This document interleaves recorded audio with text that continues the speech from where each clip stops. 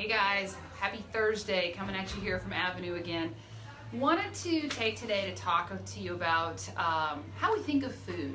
I read a really great, I guess I call it a blog, from a nutritionist friend of a friend that I follow.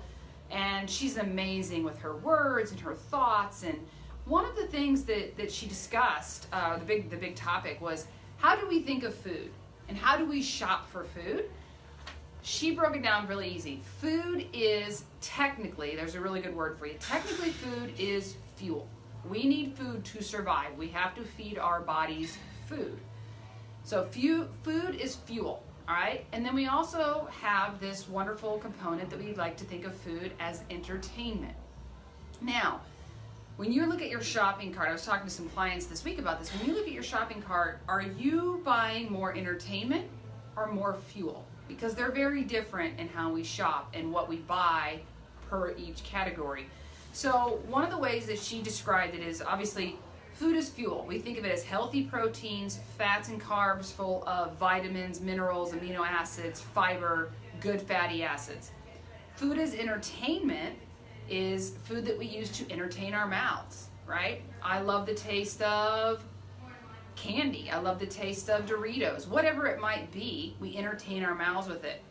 Actual entertainment food, happy hours, brunch, movies. What do we love when we're watching a movie? We want to entertain with popcorn, right? That's a classic relationship there, movies and popcorn. And we use food to entertain our emotions. I'm sad, I feel like I want a piece of chocolate. I'm depressed, I'm hurt, whatever it might be. I'm stressed. One of the words that really popped at me was procrastinating.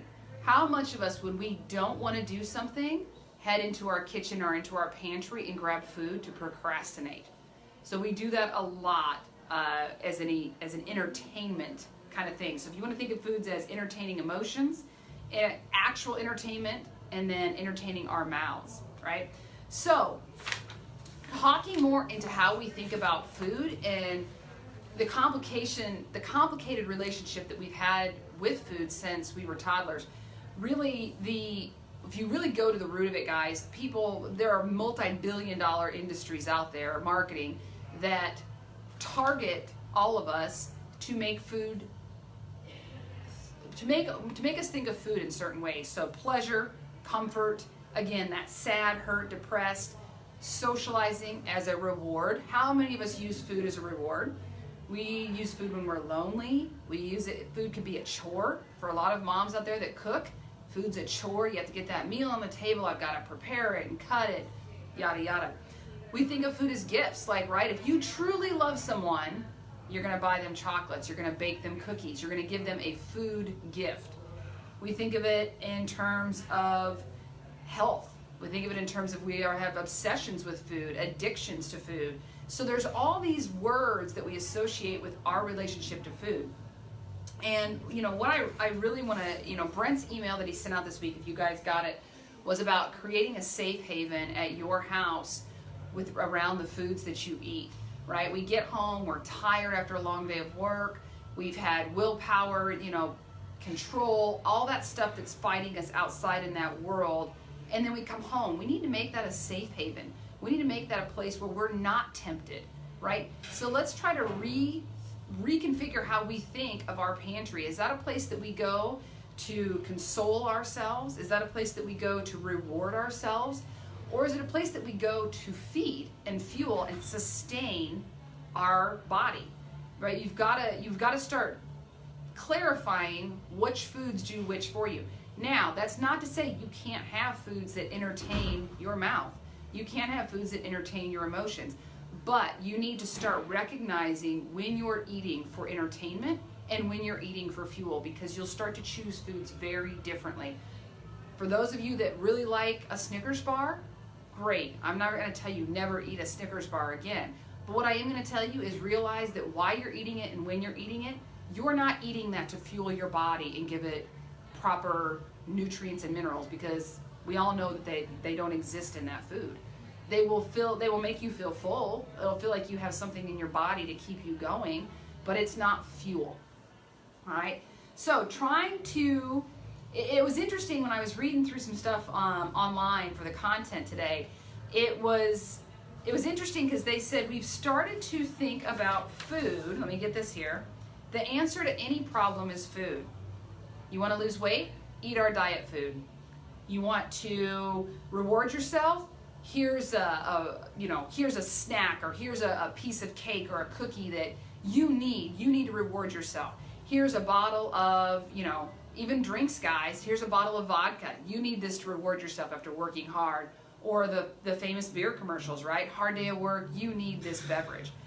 Want to save money? Buy supersize. You don't have time? Our food will save you time. It's quicker.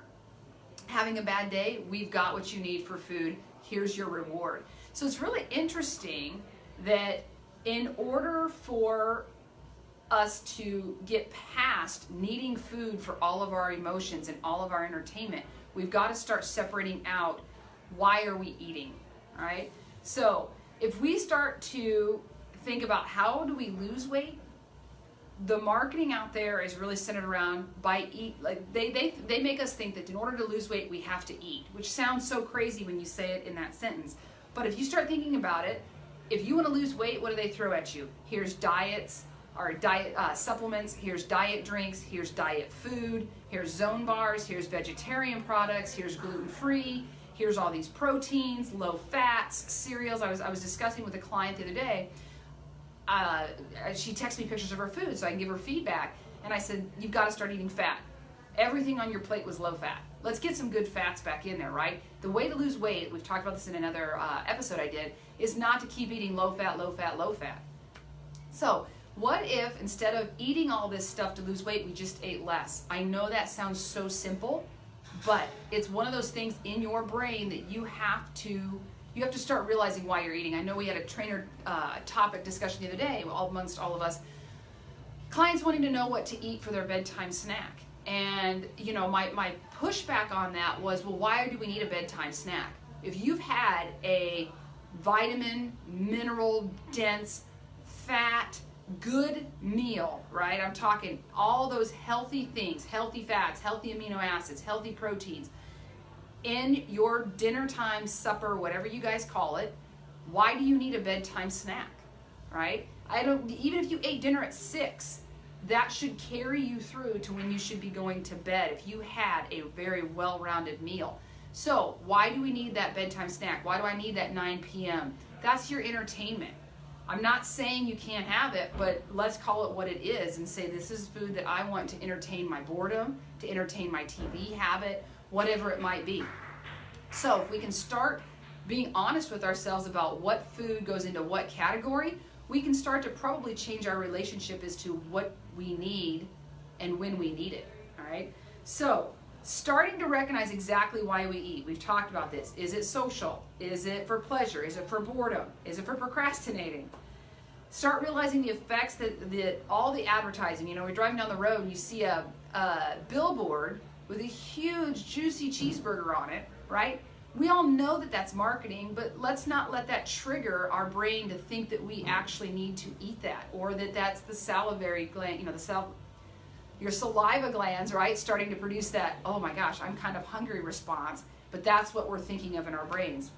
And only eat how much of what we need, right? I know a lot of books have talked about, try taking your beautiful big plates that we all have in our homes and try to eat your dinner on an actual meal-sized plate, which is what we would now call our appetizer plates, but that's actually probably what your meal needs to be served on. Start by doing something as simple as that and watch your percentage of food that you need to eat. It goes down to what you actually need versus what your eyes and your stomach think you need. And find other ways to socialize. That's hard, right? Everybody wants to go, let's go grab drinks, let's go grab appetizers, let's go out to eat. There are other ways that you can socialize with people. One of the things that they said was if you really started to break down the relationship or the time commitment you have with food and your loved ones, for a lot of people it's almost the same amount. You spend as much time with food as you do with your loved ones. Think about that.